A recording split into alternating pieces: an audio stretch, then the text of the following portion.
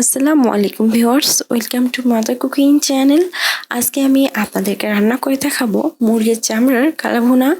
আর এই কালাভুনাটা খেতে কিন্তু খুবই মজার হয়। আপনারা চাইলে এই মুরগির চামড়ার কালাভুনাটা দিয়ে ভাত, পরোটা, রুটি যে কোনো কিছু খেতে পারেন অথবা খালিও খেতে পারেন। চলুন তাহলে শুরু করা যাক। প্রথমে আমি মুরগির চামড়া পরিষ্কার করার জন্য একটি পাতিলের মধ্যে প্রায় 1 লিটারের মতো গরম পানি নিয়ে নিয়েছি। এখন আমি গরম পানিতে একটি মুরগির চামড়া ডুবিয়ে দিচ্ছি। আর অবশ্যই এই সময় মাথায় রাখবেন যে একেবারে ফুটন্ত গরম পানি সাথে সাথে নামা যাবে না। পানিটা ফুটানোর পর চুলাটা অফ করে প্রায় 4 থেকে 5 মিনিটের মতো সময় রেখে দিতে হবে ঢাকনা খুলে। তারপর এই পানিটাকে ব্যবহার করলে চামড়ার লোমগুলো খুবই ভালোভাবে উঠে আসে। আর যদি আপনারা সাথে সাথে ফুটন্ত গরম পানিটা ব্যবহার করেন তাহলে চামড়াটা খুব বেশি গলে যেতে পারে। আর যদি একটু কম গরম পানি ব্যবহার করেন তাহলে কিন্তু লোমগুলো খুব ভালোভাবে উঠতে চাবে না। তাই আপনারা লোম পরিষ্কার করার সময় এই প্রসেসটা ফলো করতে পারেন। কিছুক্ষণ গরম পানিতে ভিজানোর কারণে চামড়া থেকে এখন লোমগুলো আলাদা হয়ে যাচ্ছে। আপনারা দেখতে পাচ্ছেন খুব ভালোভাবে এই লোমগুলোকে উঠানো যাচ্ছে। প্রথমে আমি এই বড় বড় লোমগুলো খুবই ভালোভাবে উঠিয়ে নিচ্ছি। তারপর আরেকবার ছোট লোমগুলোকে এইভাবে উঠিয়ে নিলাম। বাস, তারপর আপনারা দেখতে পাচ্ছেন যেখানে অনেকটা চিকন চিকন লোম দেখা যাচ্ছে। এটাকে আমি চুলার আঁচে পুড়িয়ে নিব, এতে করে কিন্তু রান্নার পর খেতে আর খারাপ লাগবে না। এই লোমগুলোকে আমি চুলার আগুনে পুড়িয়ে নিব, এতে করে কিন্তু খেতে আর খারাপ লাগবে না। এখন আমি চুলাটি অন করে দিচ্ছি। তারপর এরকম চুলার আগুনের ওপর চামড়াটাকে এভাবে ধরে এর লোমগুলোকে পুড়িয়ে নিচ্ছি। যেগুলো খুব চিকন আর পাতলা লোম সেগুলোই এই আগুনের তাপে পুড়িয়ে ঠিক করা যাবে। মোটা লোমগুলো কিন্তু পোড়ানো যাবে না, ওগুলো হাত দিয়েই উঠিয়ে ফেলতে হবে। আমি একে একে সবগুলো চামড়া এভাবে পুড়িয়ে নিয়েছি। এখন আমি এই চামড়াগুলোকে ছোট ছোট টুকরো করে কেটে নিচ্ছি। এখন আমি এই চামড়াগুলোতে প্রায় 1 টেবিল চামচের মতো হলুদ দিয়ে দিচ্ছি। এখন আমি এই চামড়াগুলোকে খুবই ভালোভাবে হলুদ দিয়ে মাখিয়ে নিব।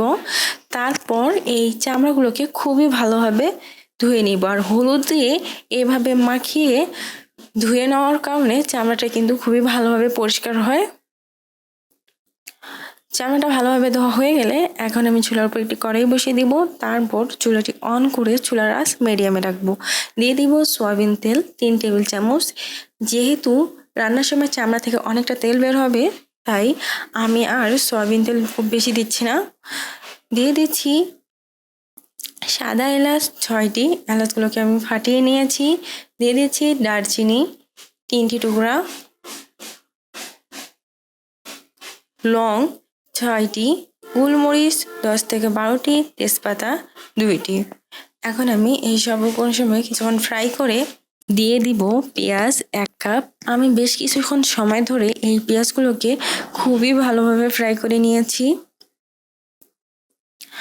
এখন আমি দিয়ে দিব জিরা বাটা 1 টেবিল চামচ, রসুন বাটা 1 টেবিল চামচ, আদা বাটা 1 টেবিল চামচ। এখন আমি আদা ও রসুনের কাঁচা গন্ধ চলে যাওয়া পর্যন্ত এগুলোকে খুবই ভালোভাবে ফ্রাই করে নেব। এই সময় আদা ও রসুনের কাঁচা গন্ধ অনেকটা চলে গিয়েছে। এখন আমি দিয়ে দিচ্ছি কাঁচা মরিচ। তারপর একটু নাড়িয়ে দিয়ে দিব লবণ পরিমাণ মতো, হলুদের গুঁড়া 1 চা চামচ। যেহেতু আমি মুরগির চামড়া ধোয়ার সময় হলুদ ব্যবহার করেছিলাম, তাই এই সময় হলুদটা একটু কম দিলেও হবে। দিয়ে দিচ্ছি মরিচের গুঁড়া 1/2 টেবিল চামচ। এখন আমি এই সব উপকরণসমূহকে খুবই ভালোভাবে নাড়িয়ে দিয়ে দিচ্ছি পানি 1/2 কাপ। এই 1/2 কাপ পানির মধ্যে আমি এই মশলাগুলোকে খুবই ভালোভাবে কষিয়ে নিব।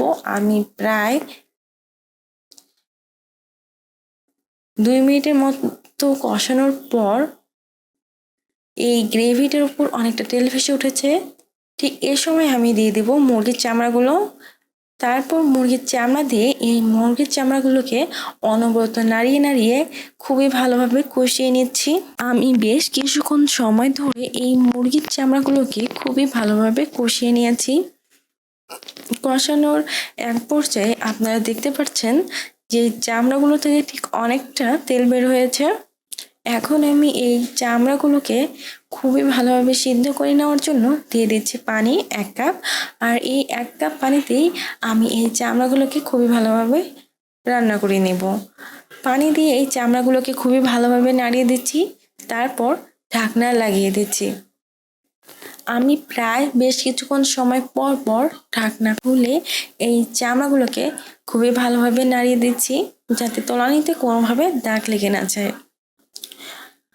আমি এভাবে কয়েকবার ঢাকনা খুলে এই চামড়াগুলোকে নাড়িয়ে দিয়েছি। এই সময় আপনারা দেখতে পাচ্ছেন চামড়ার ঝোলটা অনেকটা শুকিয়ে গেছে আর চামড়াগুলো প্রায় তেলের উপরেই ফ্রাই হচ্ছে। আর এই চামড়াগুলো থেকে ঠিক কতটা তেল বের হয়েছে। আমি এই তেলের মধ্যে এই চামড়াগুলোকে প্রায় বেশ কিছুক্ষণ সময় ধরে কষিয়ে নিয়েছি। আর এই সময় কিন্তু চামড়াটা খুবই ভালোভাবে কুক হয়ে গেছে। এখন আমি এই মুরগির চামড়াগুলোকে ঢাকনা খুলে অনবরত কষিয়ে কষিয়ে রান্না করব। আমি প্রায় 10 থেকে 12 মিনিটের মতো সময় মুরগির চামড়াগুলোকে অনবরত কষিয়ে কষিয়ে রান্না করেছি। আর এই সময় কিন্তু মুরগির চামড়াগুলো খুবই ভালোভাবে এর তেলটা ছেড়ে দিয়েছে। আর আমি কিন্তু অফ ক্যামেরাতে প্রায় হাফ কাপের মতো তেল কড়াই থেকে ঢেলে রেখেছি। যেহেতু মুরগির চামড়া থেকে খুব বেশি তেল বের হয়, তাই আপনারা চেষ্টা করবেন যখন খুব বেশি তেল বের হয়ে যাবে তখন প্রায় কিছুটা তেল ঢেলে রাখতে, এতে করে কিন্তু কালা ভুনাটা পারফেক্ট হবে। আমি আরও 4 থেকে 5 মিনিটের মতো সময় এগুলোকে কষিয়ে নিচ্ছি। আর এই সময় কিন্তু এই চামড়াগুলো পুরোপুরি তেলের উপর ফ্রাই হচ্ছে এবং চামড়ার মধ্যে যেটুকু তেল ছিল তা একেবারে খুবই ভালোভাবে বের হয়ে গেছে। এখন আমি চুলাটি অফ করে দিব। তৈরি হয়ে গেছে খুবই মজাদার চামড়ার কালা ভুনা। আর এই চামড়ার কালা ভুনাটা আমার কাছে খালি খেতেই খুব বেশি ভালো লাগে।